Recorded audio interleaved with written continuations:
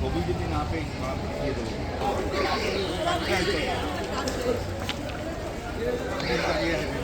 আমাদের গল্প হয়ে গেছে। বলছে আপনার হ্যাঁ ওইটা চল মানে বারবার তুলেছি বলে একটা মহিলাকে না হ্যাঁ ওখানে থাকা আমি তুলে দেবো আপনি শুনুন আর একটা বানাবেন আপনার শুনুন এখানে ওই অন্য কোনো টাকা পাচ্ছি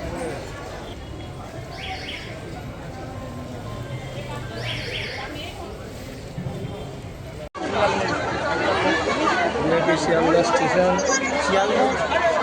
মহিলারা পথ অবরোধ করেছে দক্ষিণ ভান্ডারের সভাপতিরা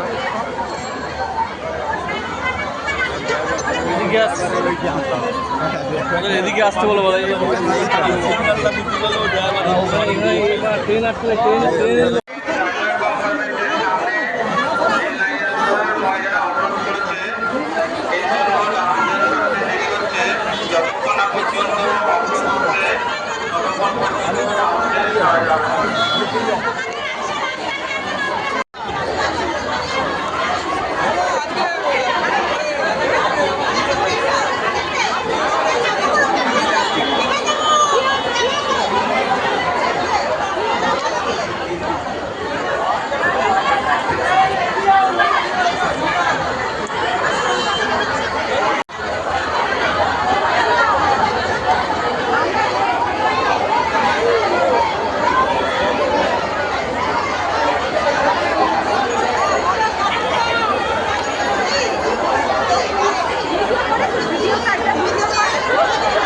অন্নপূর্ণা ভান্ডার পেয়েছেন না, তাহলে কি সরকার প্রতিশ্রুতি রাখেনি? না, আমার অ্যাপ্রুভ দেখিয়েছে পর্যন্ত।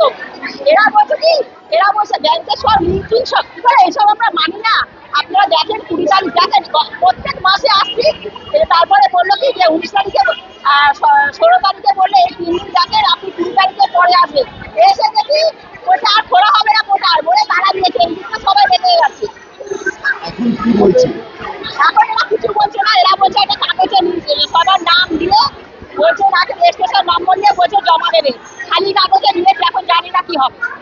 এই যে অন্নপূর্ণা ভান্ডার না পেলে কি আন্দোলন চালিয়ে যাবে? হ্যাঁ, মনে হয় আমরা মহিলারা সব পাবো, কেন চালাবো না? মহিলারাই তো 10 হাত মা দুর্গা, আমাদের আগে সরকার যা বলেছে দিয়েছে, ওরা বললেই তাহলে বলে ক্ষমতা নেই, 3000 দিবি, 1000 তো দিতে পারবো সবাইকে। গীতা কর আমি জুলাই মাসে পেয়েছিলাম, আগস্ট মাসে পাইনি, আমার ওইটা আন্ডারপাসের দেখাচ্ছে। তো আমার কথা হচ্ছে প্রতি মাসে মাসে এরকম হ্যারাসমেন্ট করলে আমাদের পক্ষে এত দৌড়ঝাঁপ করা সম্ভব না। সেই জন্য আমাদেরকে এই মাসে আমাদেরকে মানে অন্নপূর্ণা ভান্ডার আমাদের ক্লিয়ার করে দিতেই হবে। আমরা বারবার প্রতি মাসে মাসে এরকম করে ঝামেলা করতে পারবো না। এই যে আজকে আপনারা আন্দোলন করছেন, এই আন্দোলন কি জানি থাকবে যদি না? হ্যাঁ, অবশ্যই অবশ্যই, কারণ আমি নিজেকে অসম্মানিত বোধ করছি, যেহেতু আমি জুলাই মাসে টাকাটা পেয়েছিলাম এবং আগস্ট মাসে আমার টাকাটা দেওয়া হয়নি, তাই আমি এখানে অসম্মানিত বোধ করছি যে আমার টাকাটা অবশ্যই দেওয়া দরকার ছিল, কারণ আমি সিলেক্টেড হয়েছিলাম। রাজ্যের মুখ্যমন্ত্রী বারবার করে বলছে যে সবাই পাবে, তারপরে এই সবাই তো পাচ্ছে না, সবাই যদি পেত তাহলে এখানে এত মানুষ এসে কেন ঝামেলা করতো? তার মানে তো পরিষ্কার বোঝা যাচ্ছে যে সবাই পাচ্ছে না, তাই জন্যই তো এত মানুষ এখানে এসে ঝামেলা করছে। আজকে আপনারা রেললাইন অবরোধ করেছিলেন সব রেললাইন। হ্যাঁ, অবশ্যই আমরা ঝামেলা অবরোধ করেছিলাম, তার কারণ আমাদের এখানে সবাই বললো যে আমাদের কথা যখন সরকার কানে নিচ্ছে না, তাহলে আমাদেরও অবশ্যই রেললাইন অবরোধ করা উচিত।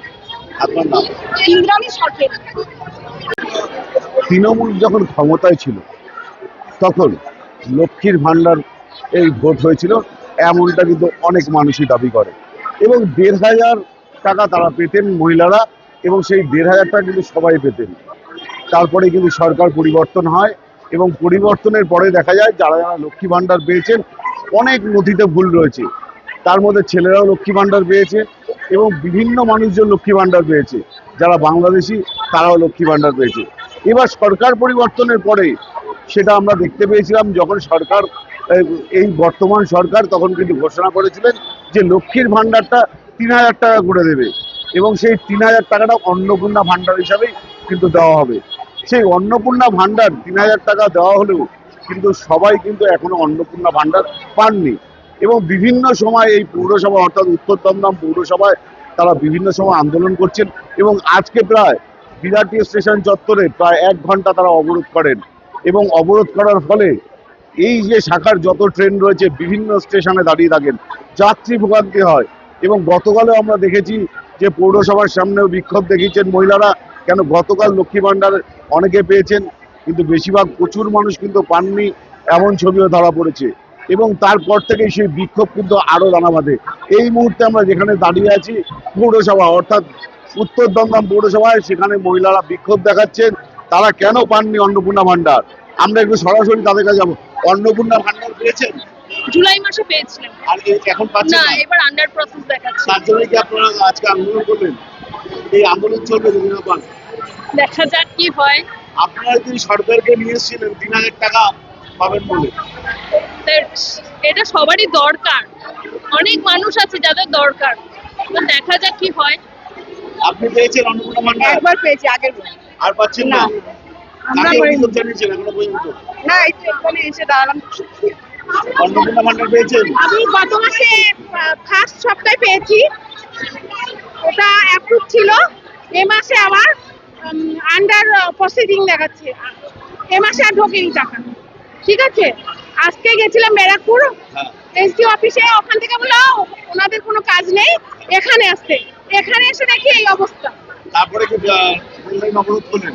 না, আমি তো এসছি পরে, সবাই করেছে।